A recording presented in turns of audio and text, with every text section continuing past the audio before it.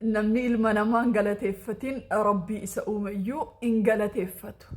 Namoonni tokko tokko siin du'arraa oolanii sababa kee rabbiin balbala salphinaati balbala rakkooti isaan baasee gaafa gartee bahar gam cehan yookiin rakkina san keessaa bahan deebi'anii simaa kalee dhoqqee keessaa jala taree ofii dhoqqeetti lixee dhoqqee keessaa isaan baasisan siqeeqan.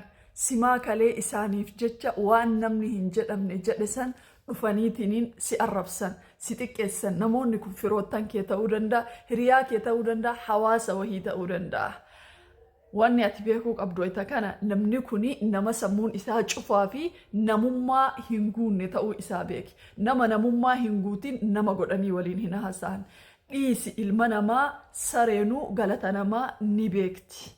So kanaaf nama galata sii oolee miti hawaasa namni galata sii oolee keessaa bahu san yoo namummaa ka qabaattu taate ni kabajja ture. Fakkeenyaaf ilmi harar wahii yoo rakkina wahii keessa ani seenee sababa isaatiin rabbi rakkina keessaa na baase ilmaan harar kulliinuu gaariidha jedheetiniin gaarummaa isaa haasa'utu narra jiraata. Li'annahu kabajaa ummata san keessaa inni bahuu saniitiif namni kabajaa kana wallaalee hawaasa namni rakkina isa keessaa baase san rakkina keessaa isa baase san dhaqee xiqqeessu tokkoffaa inni nuu xiqqaataadha lammaffaa namummaan qabu sadaffaa gartee bayyanattee sammuu cufaa ta'uudha argisiisa. So namoota akkasiisan kiiloo irra keettanii waliin hin haasa'ina namummaa guutuu waliin haasoynee akkana akkas jennaan. Namni sun namummaan guutuu waan ta'eef qorsi isaa tokkoof tokko bilookii fi ignoor gochuu qofa.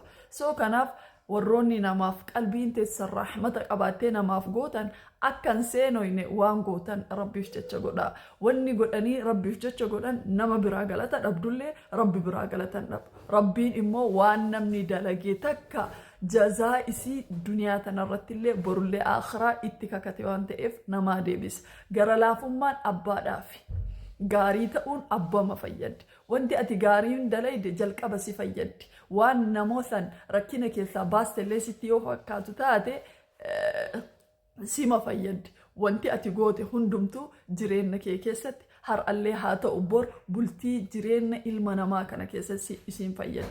Yaa ilmaan gaggaarii rabbiin qalbii gaggaarii isin kennee hammeenni namaa miidhamuun namaa isin miidheetiniin isin hammeessee warra rakkina keessa jiran dhoqqee keessaa harkiftanii eega isin loqqistan booda billaa ta'ee isin qajeelee gara gargaltan wallaaltan rabbiin kiyya inshaallah dalagaa gaggaarii isin dalaydan san hin dagatullee jazaa teessanillee asuma addunyaa tanarratti isinii deebisa borullee akhiraa isinii deebisa. Warroonni vaaliyoolesii ta'anii waan namni isaanii godhe dagatanii kalee imimmaan ija kalee boottee siin kadhatan afaan kalee si faarseen har'a si arrabsan namummaan guutan waan ta'eef ignoor naa godhaa bira taraa. Assalaamu alaykum wa rahmatullahi wa barakatuh.